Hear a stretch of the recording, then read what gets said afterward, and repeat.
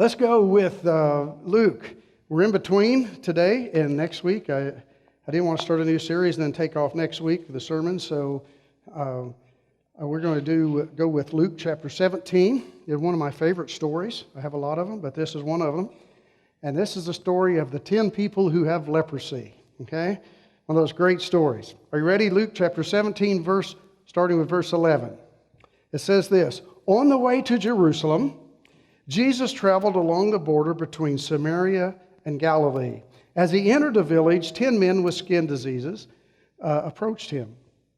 Keeping their distance from him, they raised their voices and said, "Jesus, Master, show us mercy." And when Jesus saw them, he said, "Go and show yourself to the priests." And they left and were cleansed. One of them, when he saw that he had been healed, returned and praised God with a loud voice. He fell on his face at Jesus' feet and thanked him. He was a Samaritan. Jesus replied, "Weren't 10 cleansed? Where are the other 9? No one returned to praise God except this foreigner." And then Jesus said to him, "Get up and go. Your faith has healed you." Or in the more traditional versions, that it says, "Your faith has made you whole." I really like that take on that. So leprosy. Leprosy was the worst form of excommunication in Bible times. But to be excommunicated from your community, your entire community, all you had to do was come up with some skin disease, and it didn't even have to be any fault of your own. Lepers in people who had leprosy in Israel were to remove themselves from their camp, their community, their town, their house, and then what they had to do was beg for a living because they couldn't interact with anyone else. And so what they would do, they would go outside of the city or the village gates, and they would set their bowls out by the road so that people could get to them, and then they would step back a safe distance, still within earshot, but a safe distance so nobody would come in contact with them. And then they would call out for alms, or so sometimes people drop in a coin or might throw in some crust of bread or whatever. They would throw in something for them. And so the only company that lepers could keep, or the people with leprosy could keep, were other people with leprosy. It was a thing where if you had leprosy, that was it. That was your group. No family, no church, no life, no business, no income, nothing. You just were a person with leprosy, and that was it. Now, there were many skin diseases in the ancient Near East that were grouped together as leprosy, and you could think of leprosy property, which is the disease, as we still know today, some in Africa, where it just rots off and kind of melts off your tissues and bone and just comes up to your extremities, I believe, if I have that correct. But there's that, but also there were other diseases that would be called leprosy in that day. Some of them might have been scabies, if you had that, or eczema, fairly common thing for us today. Staph infections that would show boils or sores. Even acne could have been under those regulations. If they wanted to call that, they would call that. And so if you made it through your teenage years and made it, your life was better, right? But so, the thing was, so there were no antibiotics at the time, and so the diseases, some of these diseases could be quite infectious, and so they had to separate them from society to keep them from spreading. And so if the skin disease cleared up, whatever it was, if the skin disease cleared up, then they could go to a priest, and they could be examined by a priest, and then they would be declared clean. And then upon the certain cleansing ritual that would be performed, then they would be allowed to return to society, get to see their family and friends again. Of course, many saw a disease of any sort as a plague from God. And in Israelite society, there was this added stigma that leprosy was sent by God. Matter of fact, leprosy in its root form there actually means a punishment. And so, for example, if somebody did something wrong and they were struck with leprosy, it means they were struck with a punishment or leprosy. That's where the name leprosy comes from. And so there were different times in the Old Testament that this showed up, that people would have, and one was Miriam, who contracted leprosy after she made a comment about Moses' wife, which is interesting. But we have our own things that we do that with, right? That we use to exclude people and push them off to the side. A few years ago, we had this humongous stigma with AIDS. I know we're all old enough to remember that, right? Remember, because of the high incidence of users with people who were involved in sexual sins, and then with the IV drugs, illicit IV drugs, they had such a high incidence of AIDS with them that it had this stigma. Matter of fact, in the church, I heard it called many times God's judgment on the world. Did you ever hear it called that at times? But what happened was a lot of people who were perfectly innocent also contracted AIDS, and so maybe their spouse had it, and there were hemophiliacs, there were recipients of transfusions that could get that, and so for a long time this disease was misunderstood, and a lot of people kept their distance from AIDS victims.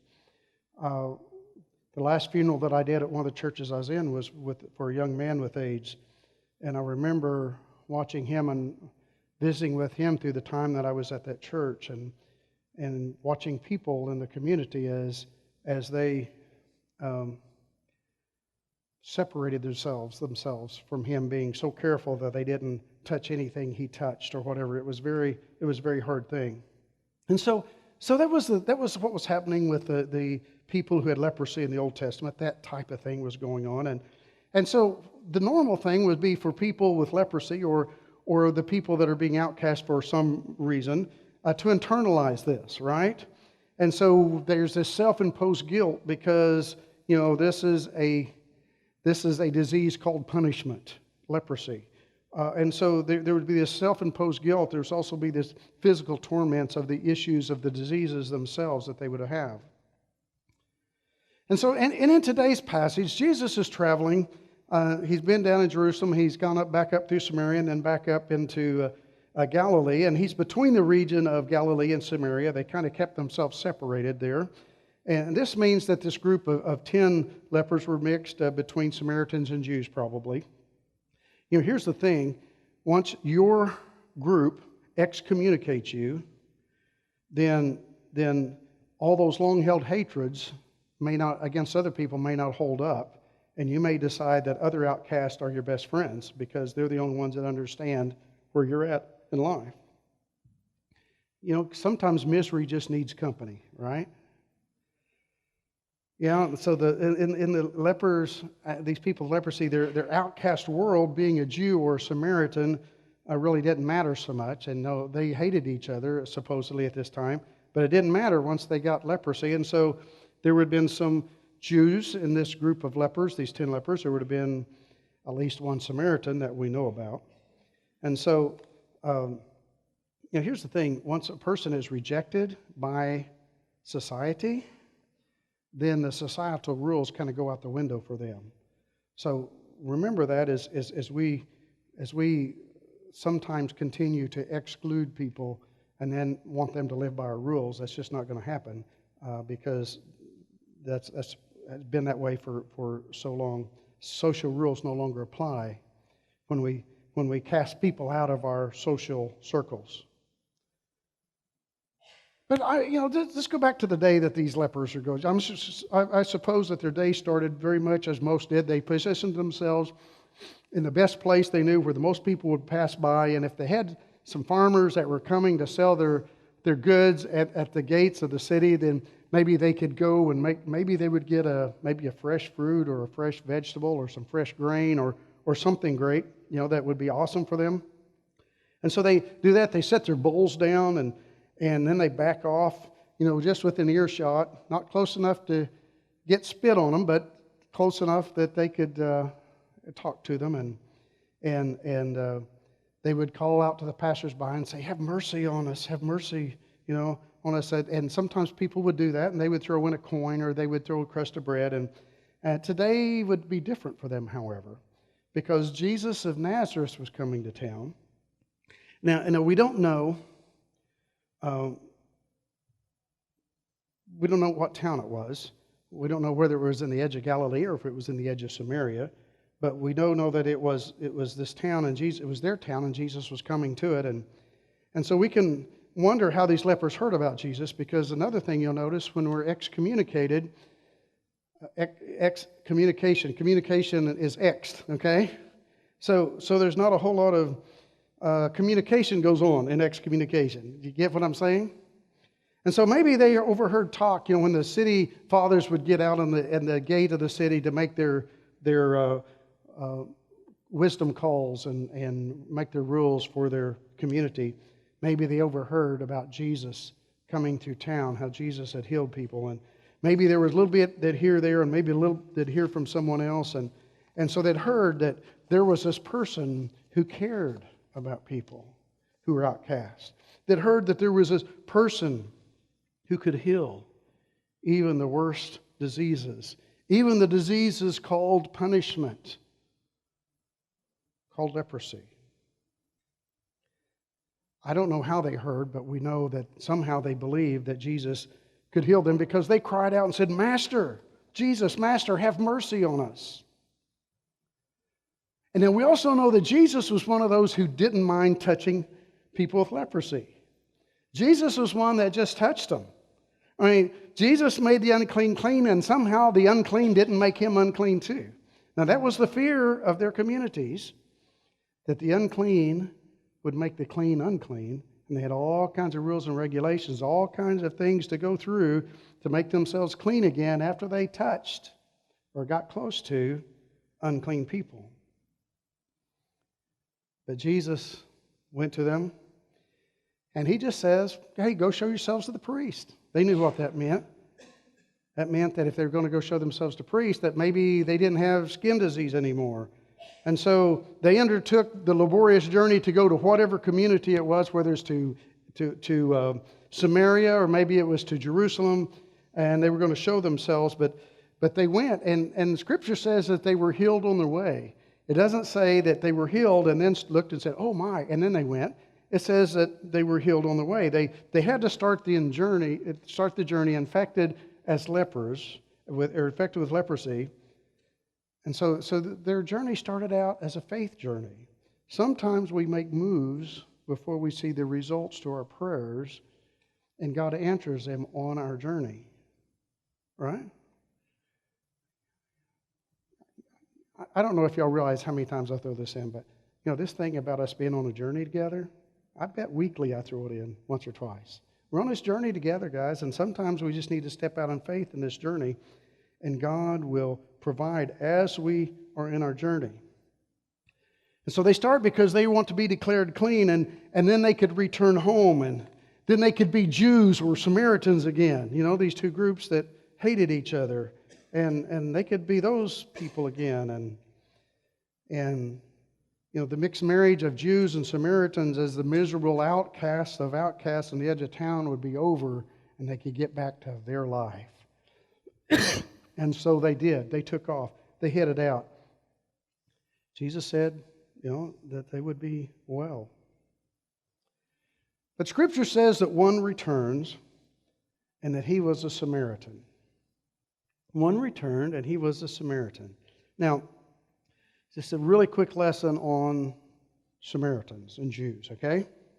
In case you don't know this. Samaritans was the name that was given to a new mixed breed of inhabitants that the king of Assyria in about 670 something BC moved into the center part of Israel. Now, Israel is this long, narrow country that goes around the edge of the Mediterranean. And toward the top is the Galilee area. And then in the middle was a town of Samaria, which was actually the kingdom when the bottom or the lower part broke off from Israel and became Judah because of anyway. So Samaria and Galilee would have been the part that was the later Israel, and then Judah would be at the bottom. Jerusalem's in the bottom part. Galilee's in the top, the Lake of Galilee, or the Sea of Galilee, and then in the middle, kind of toward the middle there was Samaria. And so the town of Samaria, which was at one time was their capital. Well, the king of Assyria had removed the best and the brightest and all the people that he could find any use for. He took them away from Israel when they overtook, and so actually in 720 BC, one of the kings of Assyria had taken out the best and the brightest and moved them to other places. That was the way they controlled the people. They went to a place where they didn't understand the language, they didn't understand the rituals, they didn't understand the anything that was going on, just the normal life. And so they would send them there, and then they would send other people. So they sent other people from other countries into the center part of Israel and around the city of Samaria.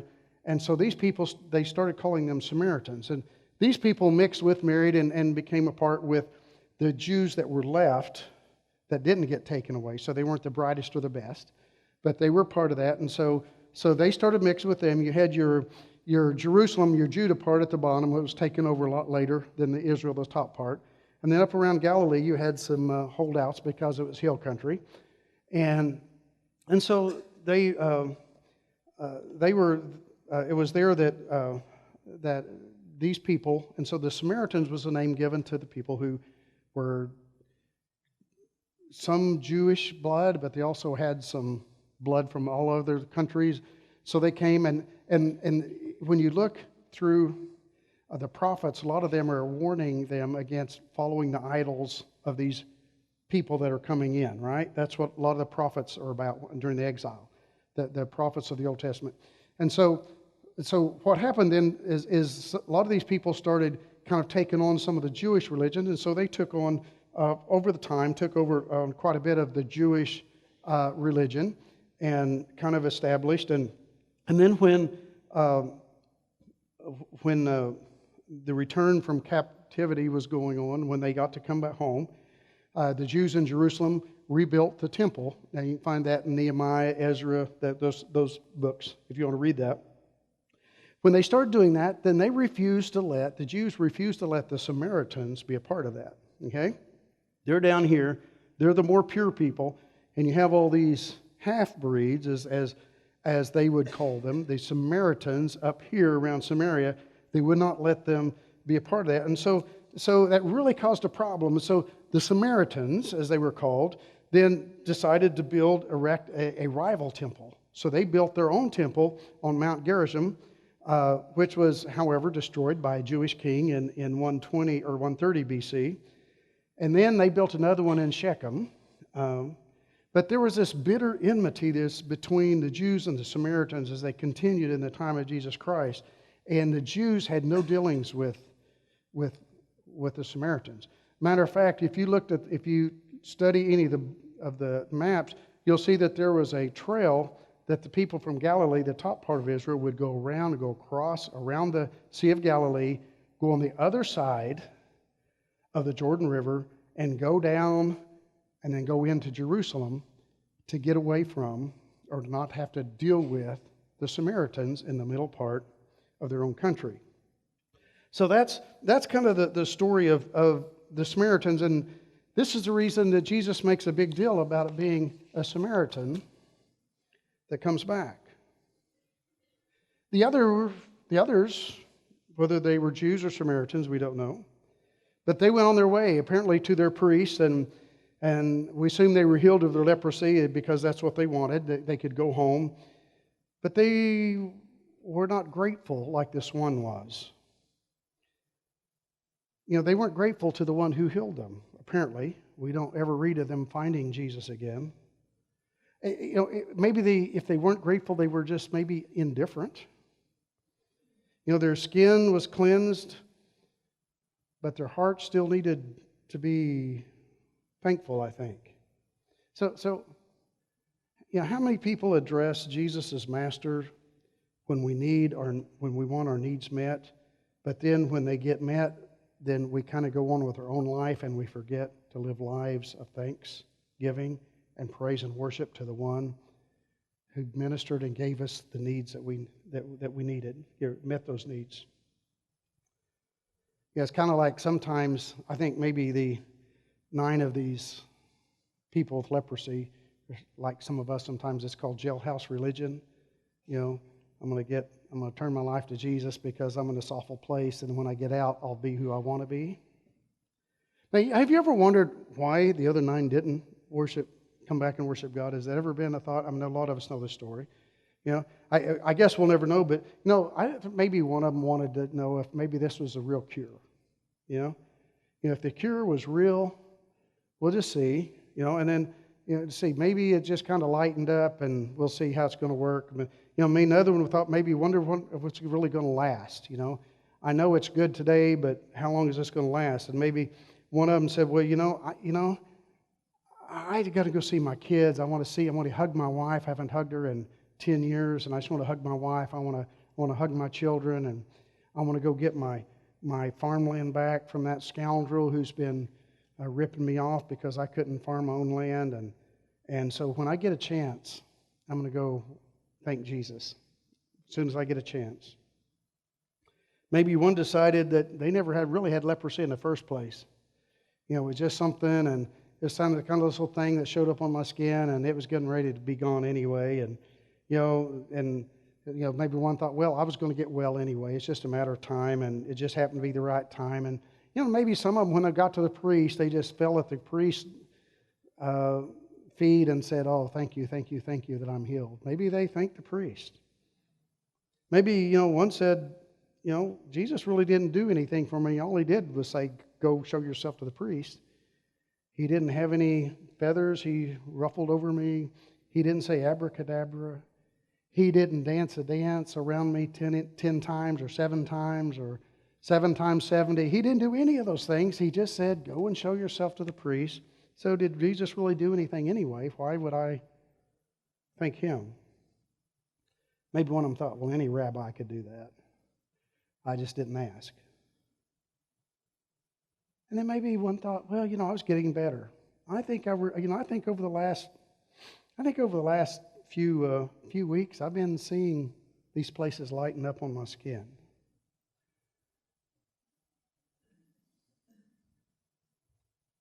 Where would we be if this was us? Are we people that give thanks? Are we people who is just an automatic response to be a thankful person when something good happens? Is it just a natural response, or do we have to work at it? There was an older pastor. His last name was Ironside. H.A. Ironside was his name, and I read a story about him a couple of weeks ago, and I was reading through some stuff, and Mr. Ironside, Reverend Ironside, was in a crowded restaurant, and he lived in a larger city, and so this crowded restaurant was a favorite of a lot of people, and so there was a guy come in about the time Mr. Ironside was about to get his food. Another guy come in. He said, "Do you mind if I share this table with you?" And Mr. Ironside said, "No, have a seat. You're welcome." So about that time, his food got there. Mr. Ironside's food got there, and so he bowed his head in prayer. He just lowered his head and was there for a minute, thanking God for his food. And so when he opened his eyes, the other man was just looking at him, and he said, "Do you have a headache?" And Reverend Ironside said, "No, I don't." Then the guy said, "Well, is there something wrong with your food?" Mr. Ironside said, "No, nothing wrong with my food. I was just simply thanking God, as I always do before I eat." So the man said, "Oh, you're one of those. Yeah, you're one of those." He says, and then he goes on as the story goes, he says this, he says, I want you to know that I never give thanks for my food. He says, I earn it. He said, I earn it with the sweat of my brow. I work hard, and I don't have to give thanks to anybody else for the food I have. He says, matter of fact, when I get the food, I just start in eating because I deserve it.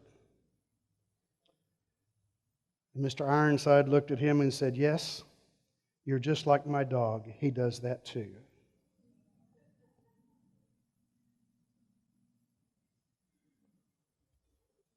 See, by focusing on the fact that only 1 in 10 came back to worship, Jesus is telling us very plainly that we need to be people that give thanks.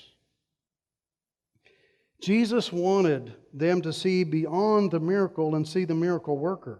He wanted them to come into relationship with Him. This man gets to have a conversation with Jesus. There was another leper in the beginning of the Gospel of Mark, and he knew that Jesus could heal him, and Jesus had compassion on him and healed him. And Jesus said, he asked him if he could heal him, and Jesus said, I will. Go and be cleansed. And the person was thankful. On this one, Jesus says, hey, don't go tell anybody what was going on. And I think the reason was because there'd just been this demon-possessed man going around talking about how great Jesus was. I don't think Jesus wanted that confused. But we know that this man that Jesus healed in Mark, he just could not stop singing God's praises because of this mighty work that had been done in his life.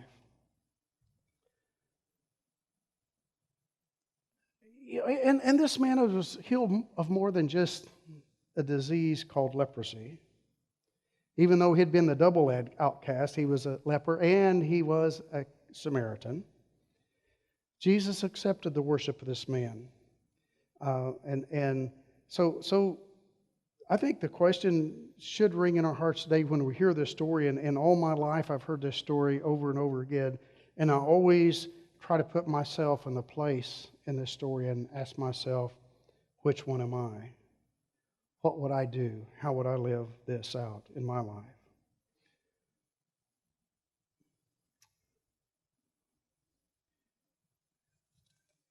I think we need to see things from God's perspective. Sometimes we get so caught up in what's going on in our world and how we see them in our viewpoint that we forget how God sees them. God inhabits the praises of His people. And so when we praise God, we're in relationship with God. God is close by. Matter of fact, I think heaven's filled with thankful, praiseful people. That's what heaven's filled with. I think if we want to be there, that should be just good practice here on earth, is just to be thanking and praising God as we go. I want to just kind of conclude with this one more thought here. The one who returned and gave thanks to God was rewarded. He not only was made well, but according to the more traditional versions of the Scripture, it says he was made whole. It was more than just a physical healing, because he was thankful and he was made whole. The point that's made here, I think, is that unless gratitude is a part of our nature, we can't be whole people. I think it's important for us to understand, unless we're people of gratitude, we can't be whole people. The other 9 were healed, but they were probably just merely healed. Only one came back and was made whole because he worshiped. Let me tell you this quick story. There was this mom and her little child who was walking through a farmer's market. They were going to pick up some stuff and have a great dinner of fresh veggies and meat and so forth. And as they were walking around from vendor to vendor in the farmer's market, there was a man that was sitting there beside his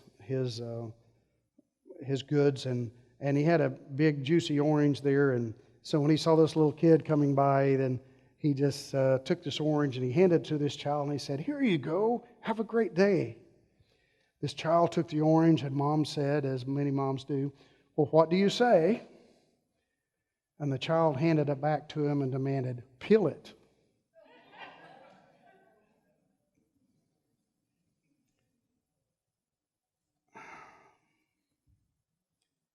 God blesses us